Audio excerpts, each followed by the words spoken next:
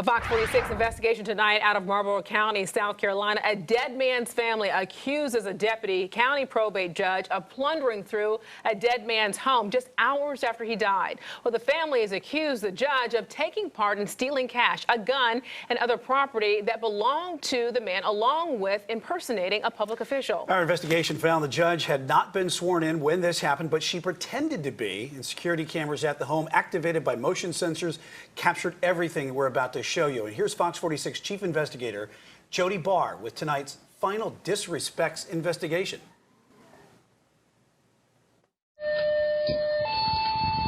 Hollis Slade knew he was in trouble. After weeks of stomach pain, he called 911 for help. Slade was bleeding internally and could not move. I know, ma'am.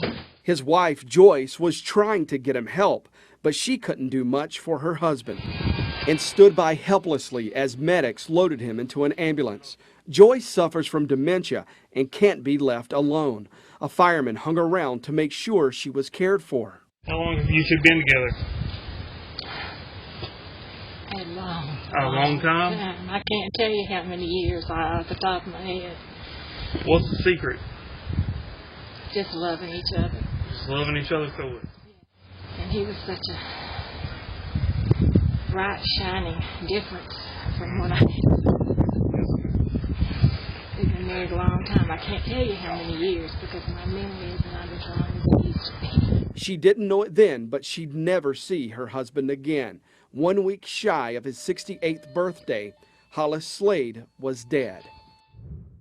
Now, we should probably explain these security cameras. Slade installed them to protect his thousands of dollars in foxhounds and to watch out for his wife when he left home.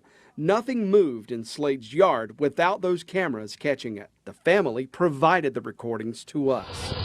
Within hours of Slade's death, those cameras recorded Matthew Tomlinson's arrival. Hollis Slade had mentored Tomlinson, and he was deeply involved in Slade's hound hobby. A bit later, Tomlinson returned with 3 others, his mother, Charlotte Green, her boyfriend, Ricky Gardner, and their friend, Will Adams. The recordings show Adams making multiple calls to coroners. The recordings don't show why. Adams also worked to find Slade's family members to tell them about the death. The recordings also show the group going in and out of Slade's home. I don't see nothing on the computer. I got to look through the files. I'm still trial this. 99% of it. And searching his property. What the hell is that? Christmas present? 2 wheel for a ball. It might be. No, it says $2 for a ball. He got a whole truck full of Christmas presents supposed to give me. Said he ain't opened yet. The talk soon turns to who might end up with the things that belong to Hollis Slade. The recordings show Will Adams eventually got in touch with an attorney seeking probate information. I think we got the right people working for us. And passed that legal advice along to Ricky Gardner and Charlotte Green. Drug that brother, we don't know. Well, everything would go to her and assets. That's right. But assets would be, here's what Jason's saying, and here's what Parker said. They actually said the same thing. So I reckon that's the way the statute of the law is that the oldest sibling. The recording abruptly ended there. The talk eventually turned to the things they didn't want to leave behind. It's kind of like you got $2,000 worth of tracking collars sitting in there. What about all the money in the bank? It's unreal. You tell it. The 401k stack. I hate to leave $2,000 worth of tracking collars and 2 garments sitting there. This document was on Hollis Slade's computer, showing an accounting of those collars. There were 43 in all. Ricky Gardner's name was listed as the owner of 12 of those collars. Swear I hate to leave all this. It's going to be sad if somebody else comes. Brother get it. No, he didn't want him to have it. He didn't want him to have it. I know he didn't want him to have it. I heard him say. This whole room really is about Hollis. Beth Slade Bowling is Hollis Slade's oldest sister. She found out about her brother's death in one of those calls Will Adams made outside her brother's home. Bowling and her daughter hopped in the car the next morning to make the 12-hour trip from Indiana. Meanwhile, in Marlboro County, Ricky Gardner was the first to arrive the next morning. Hollis' sister, they're supposed to be here. They're supposed to be here this evening, 7, 8 o'clock or something. The videos show this was the first time they were alone with Joyce. The cameras showed things soon started leaving the house and being loaded into Ricky Gardner's truck. The recordings showed this continued through the day, and sometime that morning, a woman who worked for the Marlboro County probate judge at the time showed up. That woman's name is Tammy Bullock. She had once worked with Hollis Slade at a paper mill he helped manage in town. She, too, did her share in the plundering. These cameras caught parts of conversations where Bullock, like the others, was there hunting for something specific. His will, because we don't know his sister. We all taking turns rummaging through stuff and sitting with her and trying to make her eat. And I'm hoping,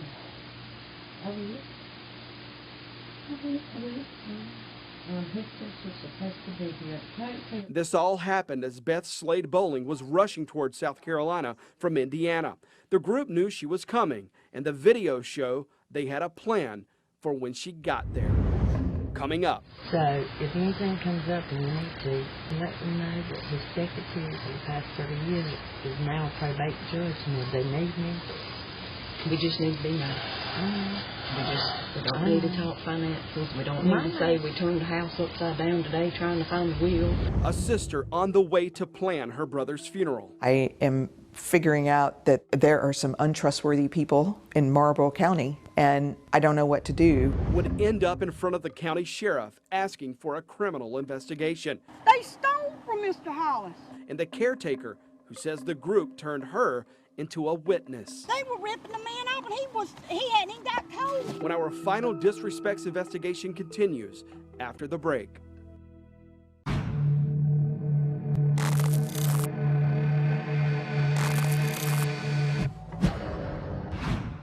My daughter saved them, and we put them on a drive at home so that we could protect them. When Beth Slade Bowling left Indiana for South Carolina, There's so many videos. she knew it was going to be a tough trip. She had a funeral to plan. She had to make sure her sister-in-law was cared for.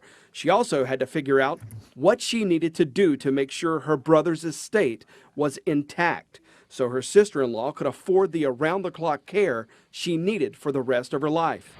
When Bowling and her daughter got to her brother's home, the first people they met at the top of the driveway, Charlotte Green and Tammy Bullock. You soon learned that there's someone fairly important at the house. Yes. Pretty quickly, one of the people introduces herself, and then she says, well, I'm the probate judge. And I say, okay, good. We're probably going to need to work together then. To be clear, that she is Tammy Bullock, and she wasn't the probate judge. So, if anything comes up and you need to, you let them know. You let them know that his secretary for the past 30 years is now a probate judge, and if they need me.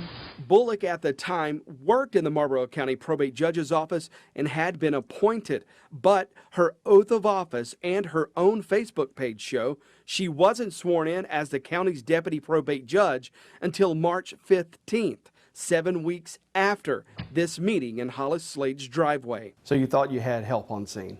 Yes. Were you relieved to know that someone who could take charge was there? Yes. I actually thought, okay, God's, providing what I'm going to need to get through this, because this is going to be hard. It was nearly 2 months later before she was sworn in as a deputy probate judge. Did that send off any alarm bells? Oh, absolutely. Absolutely. That basically confirmed what I was already figuring out from her activity at the house. Something's awry here. Something's not on the up and up. At the time, Beth Slade Bowling had no reason to suspect anything of any of the people at her brother's home. She thought they were his grieving friends. That's until the family had a chance to talk alone with Linda Hood, Joyce's former caretaker. The caretaker said to me there were some things that had been taken out of the house that she thought I ought to get back fairly quickly. A handgun, a checkbook, a Ziploc bag full of cash, and the truck keys. At this point, we hadn't figured out all the players and what was happening, but that was concerning to me. It was like, why did they take those things out of the house? This recording shows Hood was likely telling the truth. Charlotte Green was at the back of this truck. And the video captured her admission that she took the pistol from the exact spot where the caretaker said she hid it. And I took Miss Joyce's money and Hollis's money, and I put it in a sandwich bag, one of the quarts or the gallons. It was the big one. How big would you estimate the bag with your hands? How big was it? About like this. It was one of the big ones, and it was loaded with money. A gallon bag? A gallon bag. So I took all the money and put it in a bag and stuck it in the middle of her dresser. Well, I went back Sunday morning. Charlotte told me she got all the money. They got Miss Joyce's pistol. It was a .38. Hollis Slade hired Linda Hood to care for his wife, Joyce. She'd been with the family since 2017. Hood stayed overnight with Joyce Slade the night her husband died and left the next morning. They told me to go home and get rest, but I would stay with her at night. They would come early in the morning, and when I get there, stuff was disappearing. Stuff was getting gone. So when you left the house in the morning, when you got back that night, there were things missing out of the house. It was cleared. The living room was cleared. Slade Bowling messaged Charlotte Green asking her to return the things Linda Hood said they'd taken. The next day, Slade Bowling says Ricky Gardner handed her this box, a box that also belonged to Hollis Slade. So they did have property that belonged to your brother with them? Yes. He returned a box with a Ziploc of cash, the handgun, and I think by then somebody had already brought the truck keys back. I will tell you what you told the family that was missing, they got back. They got the money back, a little bit of money. And the pistol. And the pistol. They got a little bit of money because she showed me that bag. And the jury box. They got the money that was in the jury box. No, all that money wasn't in there. So there was a lot less money given to the family than you collected in that house. They took it. The cameras continued rolling, capturing the group talking about other things that belonged to Hollis Slade. It's kind of like you got $2,000 worth of tracking collars sitting in there. What about all the money in the bank? It's unreal. You tell it. The 401k stack. I hate to leave $2,000 worth of tracking collars and two garments sitting there. Swear I hate to leave all this. It's going to be sad if somebody else comes. Brother know he didn't want him to have it. He didn't want him to have it. I know he didn't want him to have it. I heard him say it. They even joked about taking something out of Hollis Slade's truck. Oh, me and Tammy got 4 packs of cigarettes out of there too. We figured he didn't need them no more. Well, I know where a whole bunch are. And that talk continued until minutes before Slade's family arrived. I said, I'm not going to leave this money sitting in that house for complete strangers to come and you not know what's going on with it. I said, you got to be paid? I said, you got to be paid? I said, you got to be paid? Oh, that paper is on the paper. Oh, yeah. It's on the sticker. It says return. It's like almost $200,000. She don't need to know that. Slade had around 30 foxhounds and funded a hunting kennel that he, Ricky Gardner, and Matthew Tomlinson were all part of. One of the videos shows Gardner walking out of the house with what appeared to be a registration certificate for one of Hollis Slade's hounds. It looks just like this turned upside down. I think that's definitely it. It has the same border. It has the seal. It looks like Hunter's horn there. I think it's got to be dog certificates. And those hunting collars Ricky Gardner mentioned earlier, the videos show Gardner walking out with a box with Garmin stamped across it. Slade had a rack built by his front door where he stored around 30 other collars. The same door where cameras captured Ricky Gardner carrying this large plastic tub out toward his truck. We could not confirm whether Gardner owned any of those collars. These are the boxes that proves that Hollis had collars. They're the Garmin's TT15s. and they're the Garmin's TT10s. After finding the videos, the Slade family fired Linda Hood and put everyone in the videos on trespass notice. See, this is a whole entire set. The family hired Kath Shockley to stay with Joyce Slade and to work to figure out what left the Slade home in those boxes. These are completely different sets right here. That's the TT10s. And it also has the dog's names on them too. When he said $2,000 worth, he was correct. Okay, we have this. Where is this? Again, I'm missing, product. See, there's guts right there. But the unit's missing? Right. So that's why I kept all these boxes and gathered them together and put things together to make sure that, I was correct on missing items, because I didn't want to, start saying something was gone when it really wasn't. But now he had a wooden rack by the front door and it had electric dog collars. And they cost a lot of money. And he used them when they went to the pens with his dog. Well, they got gone. The regular dog collars got gone. The wormer, all the liquid stuff, anything that pertained to a dog, they got it. We asked every person in these videos for an interview, and we asked multiple times. We wanted to make sure each one had a chance to explain what these videos show. The only response we got was from Ricky Gardner, who directed us to his attorney, but his attorney never responded to our outreach. We also asked Judge Bullock to meet with us, but she wouldn't stop long enough to talk. We sent her multiple emails, texts, and called her office. We waited a week for her to respond before we took the interview to her courthouse. Well, we missed her. Bullock took off as soon as she spotted us. She came back a few minutes later with a Bennettsville police escort. We then went inside to finish our interview and found Judge Bullock's boss, probate judge Mark Heath, at the door. Hey, Judge. Good morning. How you doing? Great. We'd like to talk to you about Judge Bullock if you've got a second. No comment. If you got any questions, you see her attorney, Mr. Wade, write it down. And I want you to write your information down. We will. We'll be glad to do that. Who's her attorney?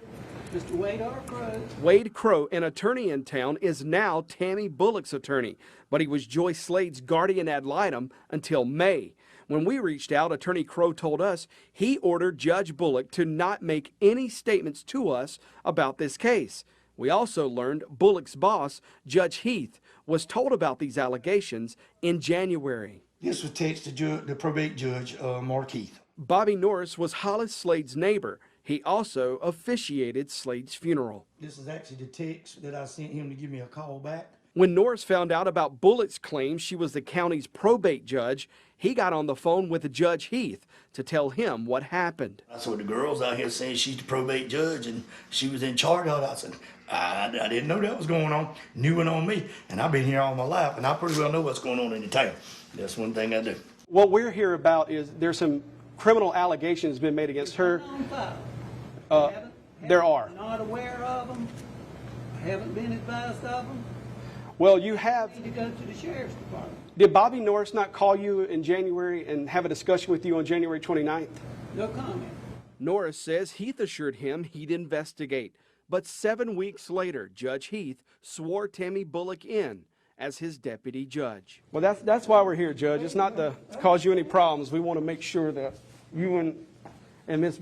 Judge Bullock both have an opportunity to respond. So. Okay. And thank you, but we really don't have a response.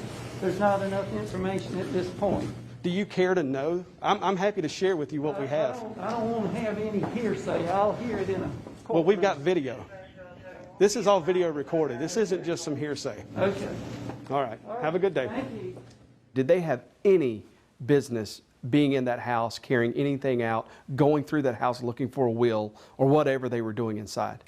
I don't believe so. I don't think that I don't think it was their place. I don't think it was their right. I don't think my brother would have wanted that. You think Joyce got taken advantage of? Yes, absolutely. Joyce got taken advantage of. I have no doubt about that. Is this a case of had these people never gone in there, never taken one box out of that house, you would not have a question about something being missing today or who may have taken it? Accurate. Yeah, that's totally accurate. How you doing, Joyce? The day Tammy Bullock was sworn into office, Ricky Gardner and Charlotte Green paid Joyce Slade one last visit. This time, Kath Shockley stood guard. The same cameras that captured everything the weekend of Hollis Slade's death also showed the people in those recordings were strangers to his wife. I don't even know who they are. And I know that the position it put Joyce in, being in the house while all that was going on, was, I don't know, atrocious. I think that was awful. When you drove into Marlboro County, South Carolina, did you ever anticipate that 8 months later you'd be dealing with something like this? Absolutely not. Well, none of the people mentioned in this report have been charged with a crime, but the family met with Marlboro County Sheriff Charles Lemon 3 days after Hollis Slade's death to report what they believed were crimes committed in these videos. They told the sheriff about Tammy Bullock claiming she was the probate judge when her oath of office shows she was not sworn in as a judge at the time. I've called and emailed the sheriff's office multiple times, but the sheriff will not turn over the basic incident report showing he recorded this complaint. We filed a Freedom of Information Act request for that incident report, but the sheriff has not yet responded. We did find out from the solicitor here that he told the sheriff's office to send this case to the State Law Enforcement Division for investigation. Initially, SLED told me and the Slade family the agency would not open a criminal investigation, despite the agent handling this case admitting to the family she never reviewed these videos. SLED believed this was a probate matter and told the family to file a claim in probate court, the same court where Judge Tammy Bullock presides. But SLED's confirmed to me its agents have now opened a criminal investigation into Judge Tammy Bullock and the contents of those video recordings. SLED, though, did not give a timeline on how long its investigation could take. From the Marlboro County Courthouse, I'm Jody Barr.